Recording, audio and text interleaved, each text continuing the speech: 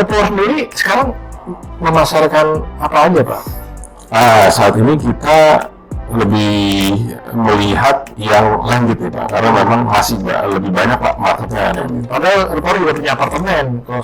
Kita sedang merencanakan pengembangan untuk yang high rise-nya. Namun kita juga masih realistik dengan kondisi yang ada karena demand-nya menurut kami lebih banyak yang saat ini adalah yang landed. Jadi makanya kita backbone kami yang landed ini kita terus seriusi dan kita terus selesaikan sehingga nanti pada saatnya kita bisa, kecuali memang teman-teman yang HRS-nya sudah jadi ya dan sebagainya, kita kan masih dalam proses begitu ya. Kita coba berhitung mana efisiensinya, mana prioritinya, kita lebih cenderung coba kita lebih kencangkan di sisi landed ini yang seru nih kan, saya di situ. Jadi kita fine tuningnya di kondisi saat ini seperti apa kita coba cari. Oleh karena itu kita lihat yang lebih banyak di mana menurut kami yang landed. Yang landed sekarang ya. Dan itu di penjualannya memang terjadi gitu ya. Kalau saya lihat ya di akhir 2020 ini mulai melihat, bukan hanya di kami, kalian di teman-teman juga mulai bergerak lagi. Maka itu saya serukan kepada semua teman-teman para pemirsa, kalau memang Anda perlu properti ini saatnya. Jadi awal 2021 ini mungkin bisa menjadi entry point yang bagus sekali sebelum naik tinggi misalnya setelah pandemi. Nah, biasanya kalau dalam peluang-peluang seperti ini kan banyak penawaran. Nah, kalau saya jadi pembeli ini konsumen, bagaimana saya memilih developer ya? Oh ini boleh, ini enggak, ini lahannya kayaknya masih bermasalah nih. Karena kondisi sekarang, kondisinya juga banyak akan terjadi seperti itu. Betul. Kita kalau dari sudut pandang pembeli, kalau saya boleh punya saran, itu yang pertama, Anda tetap berhati-hati juga dengan melihat ini akan bisa diserah terimakan atau belum. Kita lebih cenderung melihat proyek yang tidak mangkrak nih, ada aktivitas, ada macam-macam. Itu di sisi kasat mata dulu Pak. Yang kedua, tetap harus dicek legalitas, perizinan, sertifikatnya, kalau yang landed dan sebagainya. Karena ini akan menentukan Anda bisa mendapatkan KPR atau tidak, ataupun ini bisa aman secara alas haknya begitu. Nah, yang ketiga bisa kita lihat juga performance developernya nih. Performance developer seperti apa? Ini ada masalah atau tidak, dan sebagainya. Sehingga tetap berhati-hati, tidak main asal beli. Nah, kita cek juga, namun jangan terlalu pilih-pilih lah. Kalau saya rasa sudah cakep bagus, karena bisa jadi nanti jadi orang gitu kan.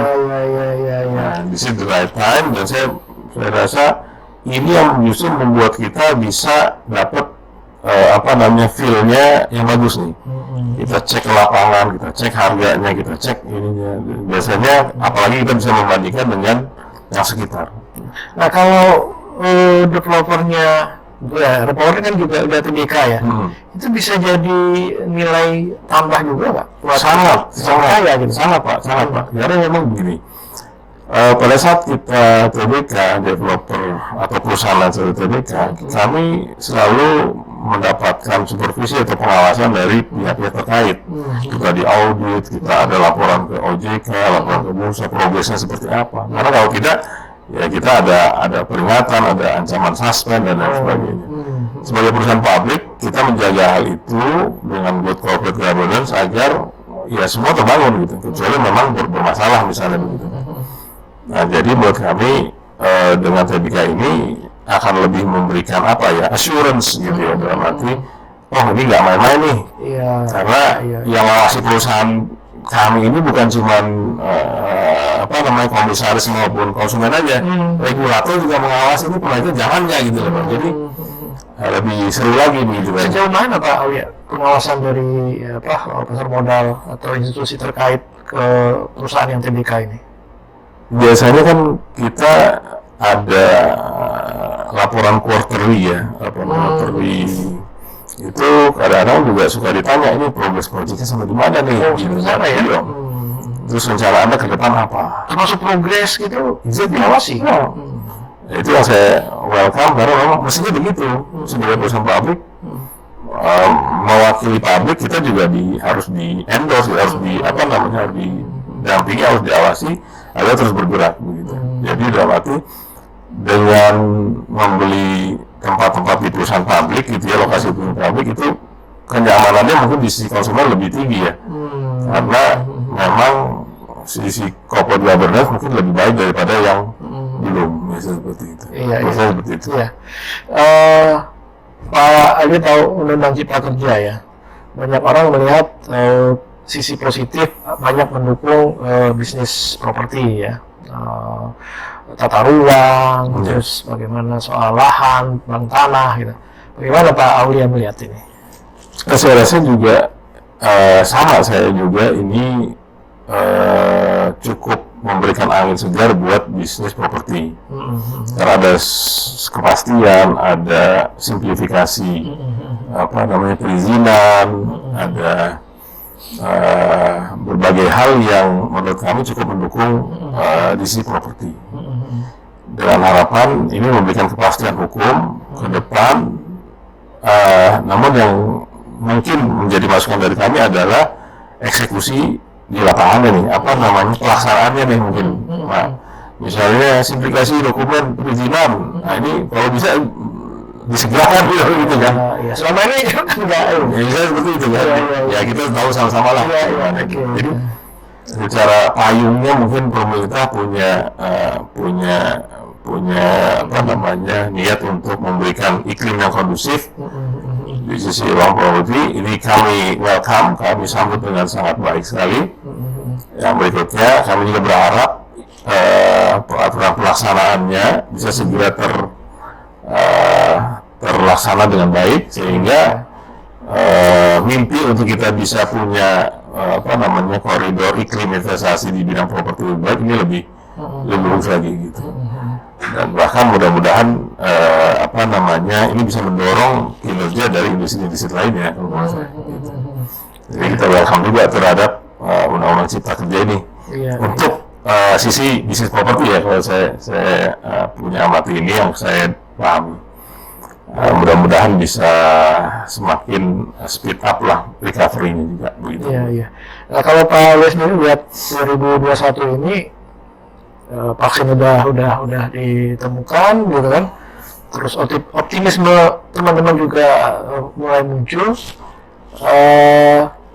Berapa persen kira-kira dibanding 2019 ada peningkatan dari sisi penjualan kali ya? Jadi kalau kami amati nih Pak, ini bisa punya akselerasi yang cukup tinggi sebenarnya. Namun tergantung bagaimana kita menyikapinya. Karena demand itu masih ada. Kalau kita cek ya kemana-mana nih, Anda perlu rumah nggak? Anda mau rumah nggak? Semua pasti mau rumah. Iya. Yang kedua, supply-nya ada nggak? Kita cek ke teman-teman developer, mereka punya supply, punya lahannya, punya ready stock-nya, punya ini dan sebagainya. Yang kita lihat adalah justru intermediary-nya nih, di sisi banking-nya nih, ya kan, KPR-nya, begitu kan? Yang beli ada, begitu kan?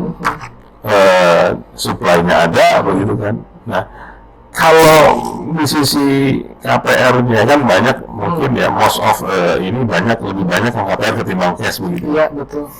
Kalau bisa didukung oleh sisi bankingnya yang cukup